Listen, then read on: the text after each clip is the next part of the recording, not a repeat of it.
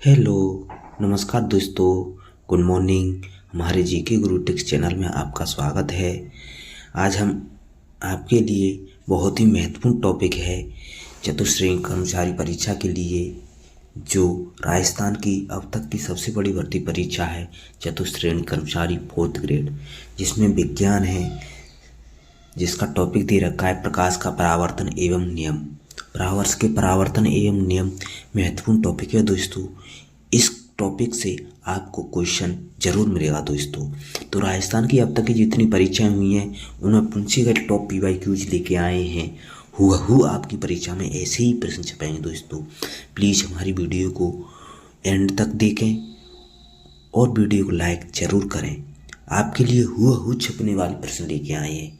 जरूर आपको हमारी वीडियो से विज्ञान के 5 प्रश्न आएंगे दोस्तों। आपको 5 प्रश्न पक्के करने हैं तो हमारी वीडियो जरूर देखें। हमने टॉपिक वाइज PYQs वीडियो डाल रखी हैं। आज लास्ट टॉपिक है, हमने बाकी के सभी टॉपिक की वीडियो डाल दी है हमने। आज लास्ट टॉपिक है प्रकाश का परावर्तन एवं उसके नियम। प्रकाश का परावर्तन एवं उसके नियम से क्वेश्चन 101% आएगा दोस्तों। तो आपको हुबहू ऐसा ही क्वेश्चन छपेगा जैसे हम बताएंगे। जो भाई हमारे टेलीग्राम चैनल पर जुड़ना चाहते हैं वो वीडियो के डिस्क्रिप्शन में जाएं, टेलीग्राम चैनल के लिंक पर क्लिक करें और टेलीग्राम चैनल को ज्वाइन कर सकते हैं, जिस पर आपको इस क्लास की PDF और भी महत्वपूर्ण PDF हैं वो आपको टेलीग्राम चैनल पर ही मिलेंगी। तो आप टेलीग्राम चैनल को भी ज्वाइन कर सकते हैं। जो भाई हमारे जीके गुरु टेक्स चैनल के साथ नए जुड़े हैं उनसे प्लीज़ रिक्वेस्ट है चैनल को सब्सक्राइब करें और अधिक से अधिक शेयर भी करें। जो भी आपके भाई बहन हैं, मित्र हैं, मिलने वाले हैं, सहयोगी हैं, जो कंपटीशन एग्जाम की तैयारी कर रहे हैं, चतुश्रेणी कर्मचारी एग्जाम तैयारी कर रहे हैं, उनके लिए वीडियो को अधिक से अधिक शेयर करें, क्योंकि वो भी अच्छे से अच्छी प्रिपरेशन कर सकें और अपनी प्रिपरेशन जांचने के लिए हमारे जीके गुरु टेक्स चैनल के साथ जुड़े रहें। आज का टॉपिक है प्रकाश का परावर्तन एवं उसके नियम। क्लास को शुरू करते हैं, तो क्लास को एंड तक देखें दोस्तों। अच्छा है, बहुत ही अच्छी क्वेश्चन लेके आए हैं। पहला प्रश्न आपकी स्क्रीन पर दे रखा है। किसी वस्तु या बिंब का छोटा, आभासी एवं सीधा प्रतिबिंब प्राप्त करने हेतु उसे कौन से दर्पण के सामने कहीं पर भी रखा जा सकता है। बहुत ही महत्वपूर्ण क्वेश्चन है दोस्तों। कई परीक्षा में आया हुआ है, कई बार रिपीट हुआ है क्वेश्चन। तो उत्तल लेंस ऐसा होता है जिस पर वस्तु का बिंब होता है वो छोटा बनता है, आभासी बनता है एवं सीधा बनता है। वो उत्तल दर्पण में ही बनता है। उत्तल दर्पण में ही बनता है। वस्तु का प्रतिबिंब सदैव आभासी ही बनता है। हमेशा कैसा बनता है? आभासी बनता है। प्रतिबिंब सीधा बनता है, वस्तु से छोटा बनता है। वस्तु से छोटा बनता है। अतः इसमें आपका सही जवाब हो जाएगा ऑप्शन 1। आपका सही जवाब हो जाएगा उत्तल दर्पण। बहुत ही अच्छा क्वेश्चन है दोस्तों। संपूर्ण व्याख्या सहित क्वेश्चन लेके आए। आप व्याख्या भी देख सकते हैं। क्वेश्चन की व्याख्या दे रखी है कि उत्तल दर्पण में किसी वस्तु का बना प्रतिबिंब सदैव कैसा होता है? आभासी होता है। उत्तल दर्पण में जो प्रतिबिंब बनेगा सदैव कैसा बनेगा? आभासी बनेगा। प्रतिबिंब सीधे और वस्तु से छोटे होते हैं, अर्थात उत्तल दर्पण द्वारा काफी बड़े क्षेत्र की वस्तुओं का प्रतिबिंब एक छोटे क्षेत्र में बना दिया जाता है।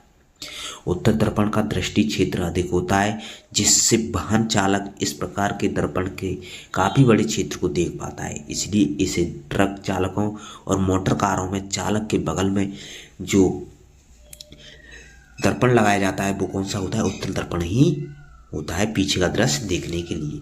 इसलिए इसे ट्रक चालकों या मोटर कारों में चालक के बगल में लगाया जाता है।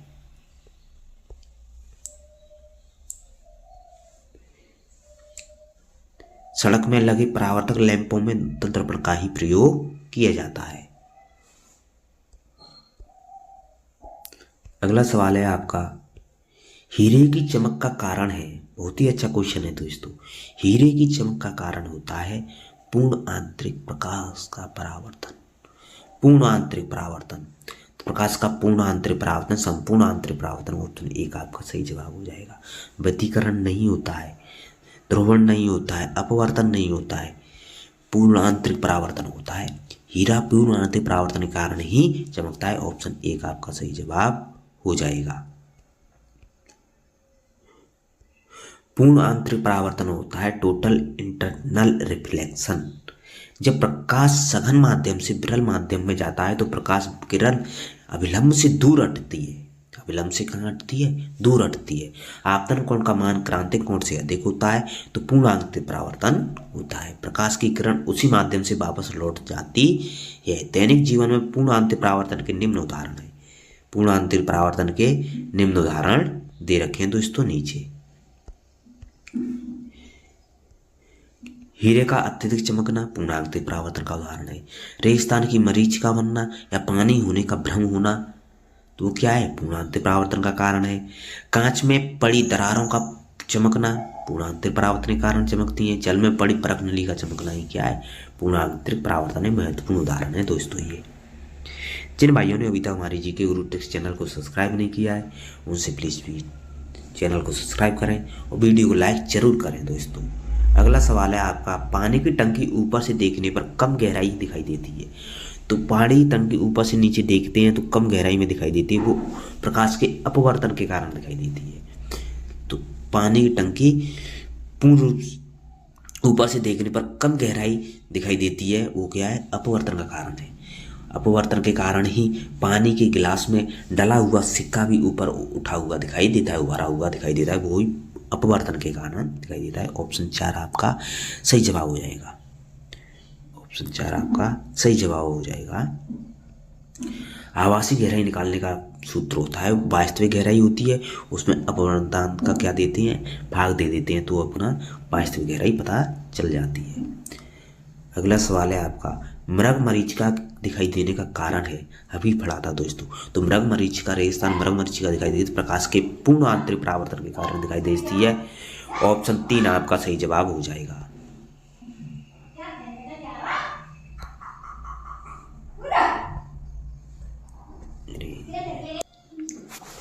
तो मृग मरीचिका दिखाई देने का कारण होता है दोस्तों पूर्ण आंतरिक परावर्तन। ऑप्शन 3 आपका सही जवाब हो जाएगा। सॉरी दोस्तों, वीडियो में कुछ मिस्टेक आ गई थी इसीलिए उसको रोक दिया गया था। आगे चलते हैं। आपका अगला सवाल आगे आ रहा है दोस्तों। मृग मरीचिका देख सकते हैं, ये होती है व्याख्या, आप देख सकते हैं टेलीग्राम चैनल पर जाकर के। अगला सवाल दे रखा है आपका, जब हम समतल दर्पण में देखते हैं तो हमें अपने चेहरे का प्रतिबिंब दिखाई पड़ता है। इसका कारण है अपवर्तन, विवर्तन, ध्रुवण, परावर्तन। जब हम समतल दर्पण में देखते हैं तो हमें अपने चेहरे का प्रतिबिंब दिखाई देता है, वो आपका दिखाई देता है परावर्तन के कारण दिखाई देता है। ऑप्शन 4 आपका सही जवाब हो जाएगा। ऑप्शन 4 आपका सही जवाब हो जाएगा।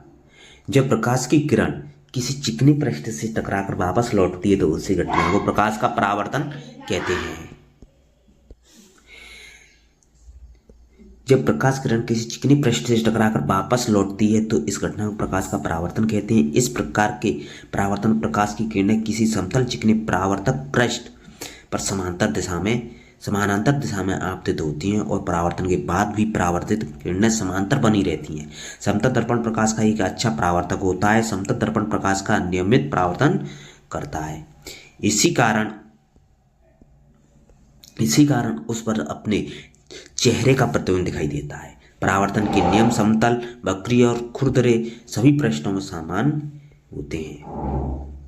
अगला सवाल है आपका, किसी चमकदार सतह पर प्रकाश का आपतत होने पर उसकी दिशा पर परिवर्तित हो जाती है, इसे प्रकाश का क्या कहते हैं? किसी चमकदार प्रकाश का आपतन होने के पर उसकी दिशा परिवर्तित हो जाती है, इसको कहते हैं दोस्तों परावर्तन कहते हैं। ऑप्शन 1 आपका सही जवाब हो जाएगा, परावर्तन कहते हैं। अगला सवाल है आपका, यदि आपतित किरण और परावर्तित किरण के मध्य 44 डिग्री का कोण है तब परावर्तित किरण और परावर्तित सतह पर प्रतिबिंब के मध्य कोण का दोगुना होगा। आपका सही जवाब हो जाएगा इसमें आपका ऑप्शन 2 आपका सही जवाब हो जाएगा। 44 डिग्री का सही जवाब हो जाएगा ऑप्शन 2। दोस्तों जो भी डिस्टर्ब हो रहा है वीडियो में हो रहा है प्लीज। परावर्तित किरण आपतित किरण एवं आपतन बिंदु पर अभिलंब एक ही तल में स्थित होते हैं। परावर्तित किरण अभिलंब के साथ उतना ही कोण बनाती है जितना कोण आपतित किरण अभिलंब के साथ बनाती है। अर्थात आपतन कोण आपतन कोण आई बराबर परावर्तन कोण आर होता है। दोस्तों देख सकते हैं चित्र में ये दे रखा है दोस्तों। अगला सवाल है आपका, परावर्तन के नियमों के अनुसार आपतन कोण परावर्तन कोण के बराबर होता है। आपतन कोण परावर्तन कोण का 4 गुना होता है। आपतन कोण परावर्तन कोण का 2 गुना होता है। आपतन कोण परावर्तन कोण का आधा होता है। तो आपका सही जवाब हो जाएगा आपतन कोण परावर्तन कोण के बराबर होता है। ऑप्शन 1 आपका सही जवाब हो जाएगा। परावर्तन के नियम में यही होता है कि आपतन कोण परावर्तन कोण के बराबर होता है। आपका 1 आपका सही जवाब हो जाएगा। आप दे रखा है दोस्तों, परावर्तन के नियम दे रखे हैं। आपतित किरण, परावर्तित किरण और अविलंब एक ही तल में होते हैं। आपतन कोण परावर्तन कोण के बराबर होता है और परावर्तित किरण की आवृत्ति तथा और चाल अपरिवर्तित रहती है। ये आपतन परावर्तन कोण के नियम होते हैं। आपका अगला सवाल दे रखा है, प्रकाश के परावर्तन के नियम निम्न में से कौन से सही है। आपतन कोण परावर्तन कोण के बराबर होता है। आपतन कोण परावर्तन कोण के बराबर होता है। ऑप्शन 1 ही आपका सही जवाब हो जाएगा। आपका अगला सवाल दे रखा है, प्रकाश के परावर्तन के संदर्भ में निम्न में से कौन सा कथन सही है। कथन बता दें दोस्तों, पशु पक्षी परीक्षा 2024 में बहुत ही अच्छा क्वेश्चन आया था दोस्तों। कौन कौन से कथन सही है जो प्रकाश के परावर्तन के बारे में सही है। तो प्रकाश की किरण जो किसी सतह पर टकराती है उसे आपतित किरण कहते हैं। प्रकाश की किरण जो किसी सतह पर टकराती है उसे आपतित किरण कहते हैं। बिल्कुल सही है दोस्तों। आपतित किरण और परावर्तित किरण दोनों एक दूसरे के लंबवत होती हैं। नहीं दोस्तों, ये गलत हो जाएगा। आपतित कोण सदैव परावर्तन कोण के बराबर होता है, ये सही है दोस्तों, सी सही है। प्रसामान्य नॉर्मल और आपतित किरण के मध्य कोण के परावर्तन कोण को कहते हैं, ये भी गलत है। तो ए और सी दोनों सही है। तो ए और सी आपके कौन से ऑप्शन में दे रखे हैं, ए और सी दे रखे हैं आपसे ऑप्शन 4 में। तो ऑप्शन 4 आपका सही जवाब हो जाएगा। आपका अगला सवाल दे रखा है, स्वच्छ आकाश का रंग नीला क्यों दिखाई देता है। स्वच्छ आकाश का रंग नीला दिखाई देता है आपको प्रकाश के परावर्तन के कारण दिखाई देता है। स्वच्छ आकाश का नीला रंग दिखाई देता है प्रकाश के प्रकीर्णन के कारण दिखाई देता है। सॉरी दोस्तों, इसका आंसर चेक कर लेना। ऑप्शन 2 आपका सही जवाब हो जाएगा। परावर्तन कह दिया था मैंने, वो नहीं है। प्रकाश के प्रकीर्णन के कारण ही प्रकाश आकाश का रंग नीला दिखाई देता है। ऑप्शन 2 आपका सही जवाब हो जाएगा। प्रकाश के प्रकीर्णन के ये उदाहरण दे रखे हैं दोस्तों, देख सकते हैं। तो प्रकाश जब किसी स्रोत से उत्सर्जित प्रकाश वायुमंडल में गमन करता है तो वायुमंडल में उपस्थित गैसों के अणुओं, धूल, धुआं इत्यादि कणों में उसका विभिन्न कोणों पर विचलन होता है। इस क्रिया को प्रकाश का प्रकीर्णन कहते हैं। आकाश का नीला दिखाई देना है, उदय तथा अस्त होते हैं, सूर्य का लाल दिखाई देना है, प्रकाश की प्रकीर्णन की क्रिया के कारण ही दिखाई देते हैं। आपका अगला सवाल है, प्रकाश की एक किरण परावर्तित तल सतह पर सतह के साथ 56 डिग्री का कोण आपतित करती है तो परावर्तन कोण का मान कितना होगा। इसमें परावर्तन कोण आपका मान हो जाएगा 34 डिग्री हो जाएगा। ऑप्शन 1 आपका सही जवाब हो जाएगा। 34 डिग्री हो जाएगी, 56 डिग्री है तो आपतन कोण और परावर्तन कोण दोनों हो जाएंगे 34 डिग्री के हो जाएंगे, 34 डिग्री के। आपका अगला सवाल है, निम्न में से कौन सा कथन असत्य है। असत्य कथन पूछा गया है दोस्तों, असत्य कथन बताना है। असत्य कथन की पहचान करनी है। वायुयान के विशेष रबर के टायरों को थोड़ा सुचालक बनाया जाता है। बिल्कुल सही है दोस्तों। प्रकाश की नीली तरंगें बैंगनी तरंगों की तुलना में अधिक प्रकीर्णित होती हैं जिसके कारण आकाश नीला दिखाई देता है, न कि बैंगनी। ये गलत हो जाएगा दोस्तों, यही गलत है। असत्य पूछा है तो ऑप्शन 2 ही आपका सही जवाब हो जाएगा। गीले बालों को घुमाया हुआ कंघा कागज के छोटे टुकड़ों को आकर्षित नहीं करता है, ये सही है। ज्वलनशील पदार्थ को ले जाने वाले वाहनों में प्राय जमीन से छूती हुई धातु से बनी रस्सी बांधी जाती है, ये भी सही है। तो इसमें ऑप्शन 2 आपका गलत है, यही असत्य कथन हो जाएगा, ऑप्शन 2। अगला सवाल है आपका, यदि वायुमंडल नहीं हो तो पृथ्वी से आकाश किस रंग का दिखाई देगा। काला, नीला, नारंगी, लाल। बहुत ही अच्छा क्वेश्चन है दोस्तों। वायुमंडल नहीं होगा तो पृथ्वी से आकाश दिखाई देगा, वो काला दिखाई देगा। ऑप्शन 1 आपका सही जवाब हो जाएगा। बहुत ही अच्छा क्वेश्चन है दोस्तों। व्याख्या देख सकते हैं कि जब अंतरिक्ष यात्री चंद्रमा के तल पर खड़े होते हैं तो वहां से आकाश उन्हें काला दिखाई देता है। चंद्रमा पर कोई वायुमंडल न होने के कारण वहां पर सूर्य के प्रकाश का प्रकीर्णन नहीं होता है जिससे आकाश काला दिखाई देता है। वास्तव में पृथ्वी के वायुमंडल से ऊपर जाने पर वायुमंडल के उपस्थित होने के कारण अंतरिक्ष में सभी स्थानों पर आकाश काला दिखाई देता है। वस्तुतः प्रकाश के प्रकीर्णन के कारण ही आकाश नीला दिखाई देता है। आपका अगला सवाल है, अंतरिक्ष यात्री को आकाश कैसा दिखाई देता है। श्वेत, गहरा नीला, हल्का नीला, काला। तो अंतरिक्ष यात्री होता है जिसको आकाश दिखाई देता है वो काला दिखाई देता है। ऑप्शन 4 आपका सही जवाब हो जाएगा। जिन भाइयों ने अभी तक हमारी वीडियो को लाइक नहीं किया उनसे प्लीज रिक्वेस्ट है वीडियो को लाइक जरूर करें। अगला सवाल दे रखा है आपका, आकाश किस कारण से नीला दिखाई देता है? आकाश प्रकाश के प्रकीर्ण के कारण दिखाई देता है। तो वायुमंडल में सूर्य के प्रकाश के लघुत्तर तरंग दैर्घ्य का प्रकीर्ण के कारण ही आकाश का रंग नीला दिखाई देता है। ऑप्शन 3 आपका सही जवाब हो जाएगा।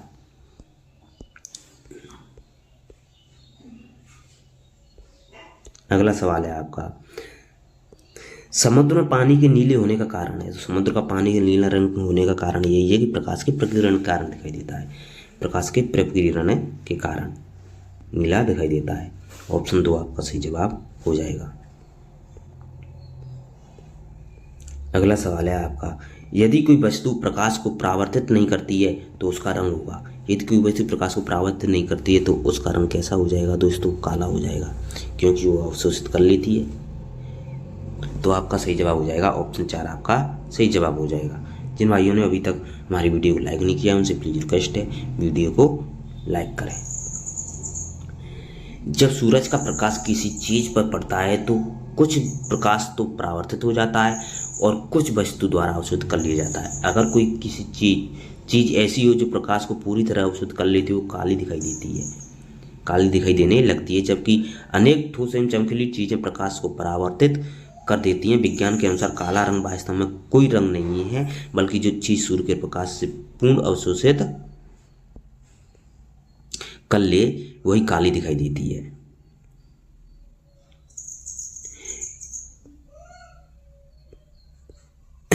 अगला सवाल है आपका, प्रकाश तरंगों के निम्न में से कौन सा कथन सत्य है? प्रकाश तरंगों के बारे में पूछा गया है दोस्तों, पूछा गया है कौन सा कथन सत्य है प्रकाश तरंगों के बारे में।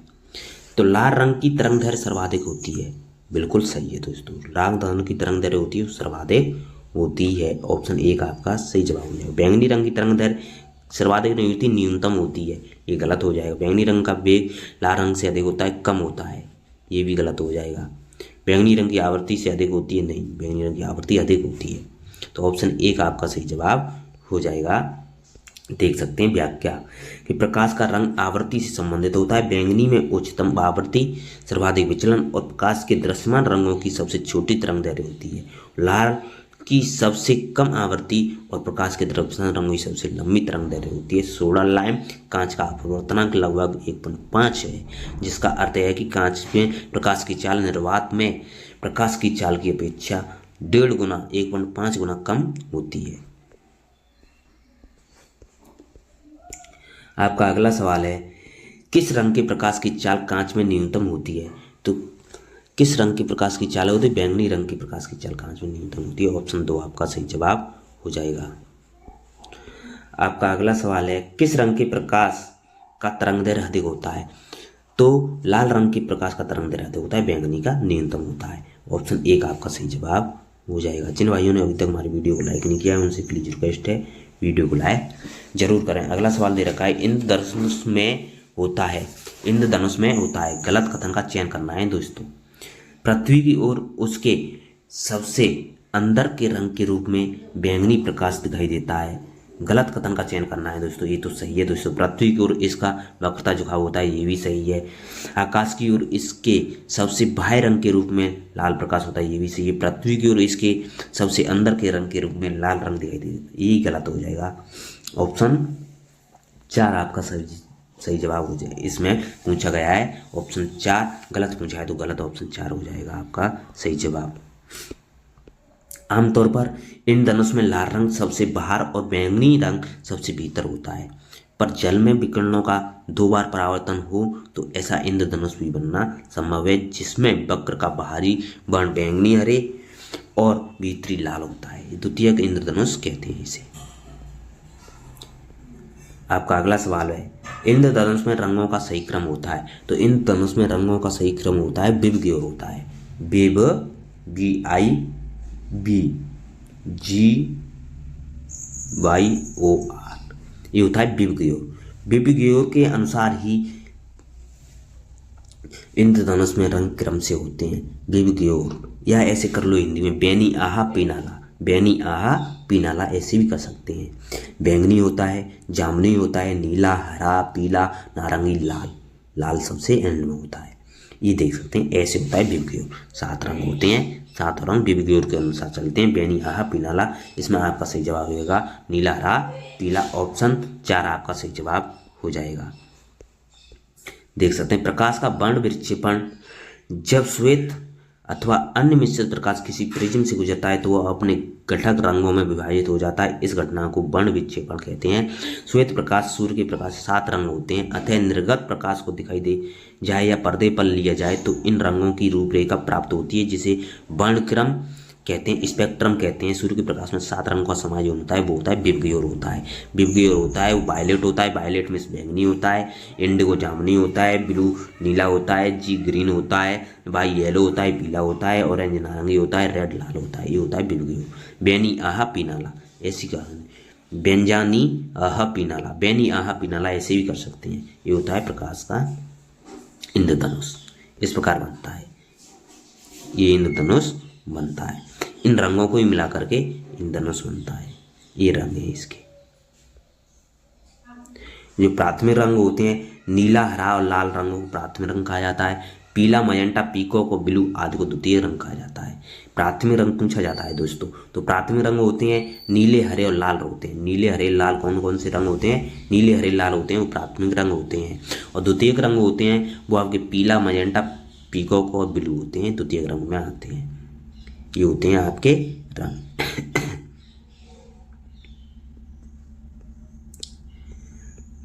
आपका अगला सवाल है, किस प्रकाशीय प्रघटना के द्वारा सफेद प्रकाश का विभाजन 7 संघटक वर्णों में होता है? तो प्रकाशीय प्रघटना के द्वारा सफेद प्रकाश का विभाजन 7 संघटकों में विभाजित होता है, वो आपका प्रकाश के वर्ण विक्षेपण के कारण होता है। ऑप्शन 3 आपका सही जवाब हो जाएगा। बहुत ही अच्छा क्वेश्चन है दोस्तों। निम्न में से श्वेत प्रकाश का कौन सा वर्ण प्रिज्म से न्यून विचलित होता है? प्रिज्म से श्वेत प्रकाश का जो कलर होता है, वो आपका रंग होता है, वो नारंगी होता है, वो न्यून विचलित होता है। ऑप्शन 4 आपका सही जवाब हो जाएगा। बहुत ही कम विचलित होता है। आपका अगला सवाल है, यदि लाल गुलाब को हरा प्रकाश में देखा जाता है तो उसका रंग कैसा होता है? तो लाल गुलाब को हरा प्रकाश में देखा जाता है तो आपका लाल काला दिखाई देता है। ऑप्शन 1 आपका सही जवाब हो जाएगा। जिन भाइयों ने अभी तक हमारी वीडियो को लाइक नहीं किया उनसे प्लीज रिक्वेस्ट है, वीडियो को लाइक जरूर करें।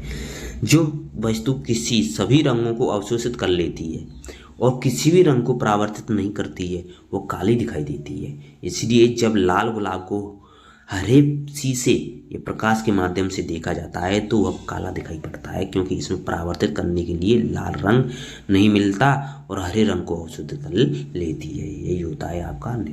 थैंक यू दोस्तों, धन्यवाद।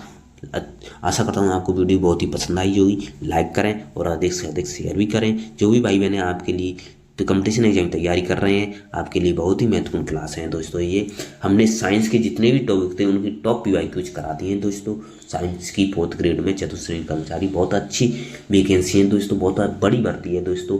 तो आपको साइंस के हुए छपने वाले क्वेश्चन करा दिए हैं। आप वीडियो को अधिक से अधिक से प्लेलिस्ट डाल रखी है हमने साइंस की टॉप PYQs की, आप वहाँ से देख सकते हैं। टॉपिक वाइज है दोस्तों, संपूर्ण निचोड़ करा दिया है हमने। थैंक यू, धन्यवाद। अपनी तैयारी को जारी रखें। कल हम